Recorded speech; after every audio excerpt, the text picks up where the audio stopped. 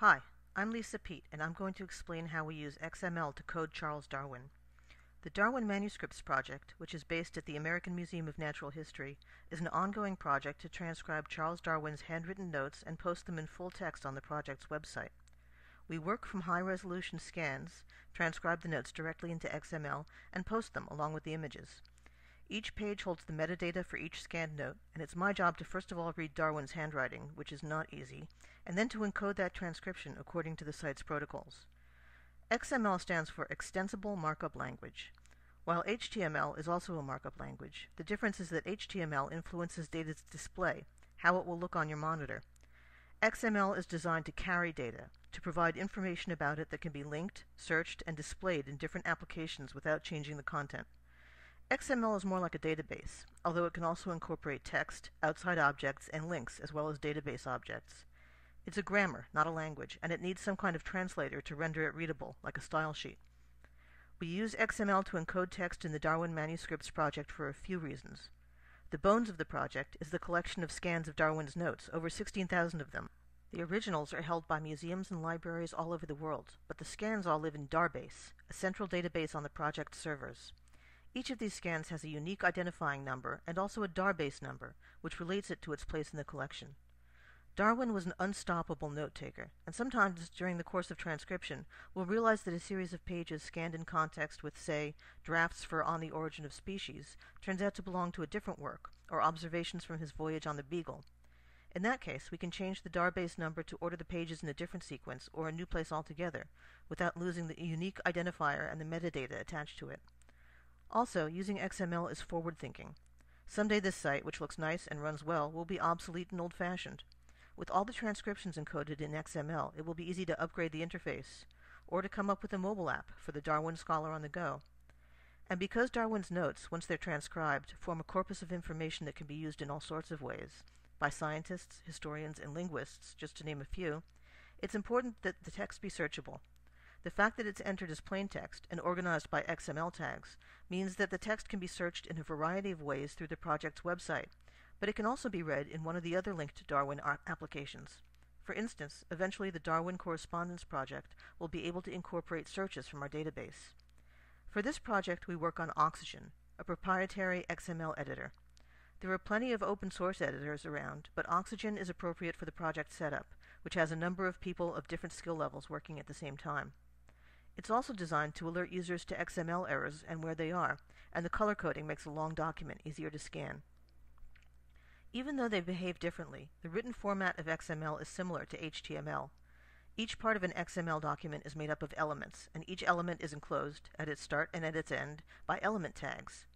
A start tag contains the element's name within greater than and less than characters. An end tag is exactly the same with a slash before the name. An element's name refers to what type of data it contains. Unlike HTML, which uses standard element names no matter what you're working on, XML lets you customize elements to fit your data. The idea is that the document should be machine-readable, but also readable by human beings. Once you're familiar with the system you're working on, you should be able to read an XML document much in the same way the computer does. The element names are roughly analogous to the titles of columns in a database. One thing you'll notice at the top of the XML editor page is the declaration. This is a line defining the version of XML and the character set used for coding. There is also a line indicating the document type definition or the schema linked to the document. In this case, it's the schema that lives on my system. A schema is a separate XML document that essentially lays out the rules for the documents that link to it. Think of it as a style sheet without any style, or a rule book. It sets parameters for what can and can't be done, lists the elements used, and defines attributes. Attributes are different categories of description within each element. They act something like a pull-down menu, giving you choices to help define and describe the elements. The document has to conform to its schema, or it won't work. The easiest way to think of an XML document is as a tree, with one root or trunk and any number of branches coming off it. The root element is the container for everything else, and it defines what the document is, so you'll find its start tag at the top of the document and its end tag at the very bottom. There can only be one root. For each editor page of Darwin XML, the root element is manuscripts. Then, within that, the individual image pages are broken up into elements called item. While each element is complete in itself, they can also nest inside one another. For instance, you can have an item, which refers to the code entry for one page, and within that item text, and within that text a deleted sentence.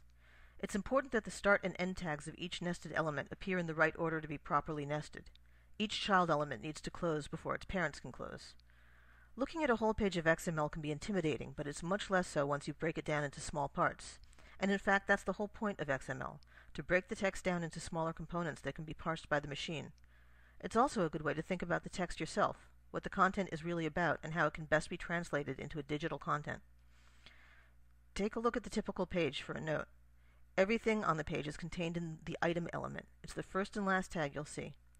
Immediately after that is an element called Entity ID, which is the unique identifying number, and then an element for provenance, which has as its child the element Reference ID, the DAR-based number.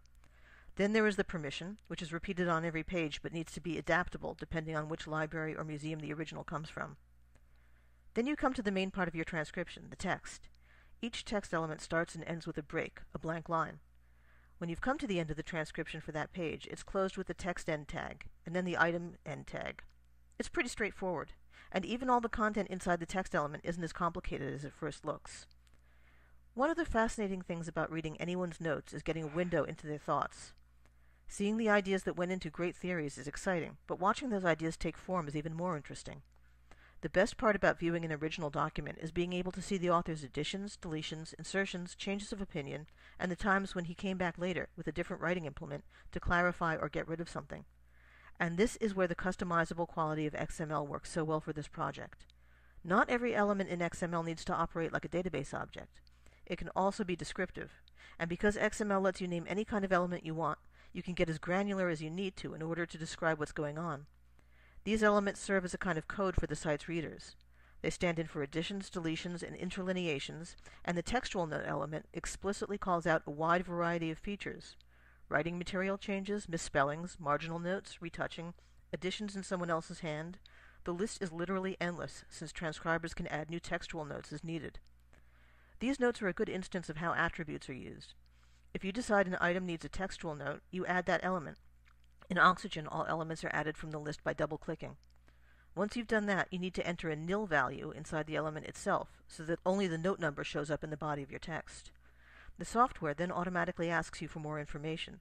First, it wants you to identify the text that you're referencing, so that it can be called out at the bottom of your document, where the note will appear. There are a few tricky aspects to entering this if it's not plain text. For instance, if it's an addition, which would be bolded, or a deletion, which would appear between less than and greater than symbols. Not only can't you just type one of those symbols within the attribute, but they're used two different ways. For formatting like boldface, the attribute wants you to write it out.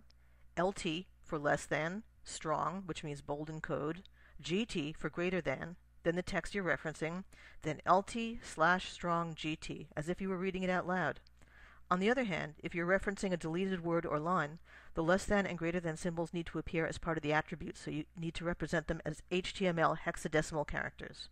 In fact, all non-standard keyboard characters in the XML document will use HTML hexadecimal code, including ampersands, em-dashes, diphthongs, ellipses, and arrows.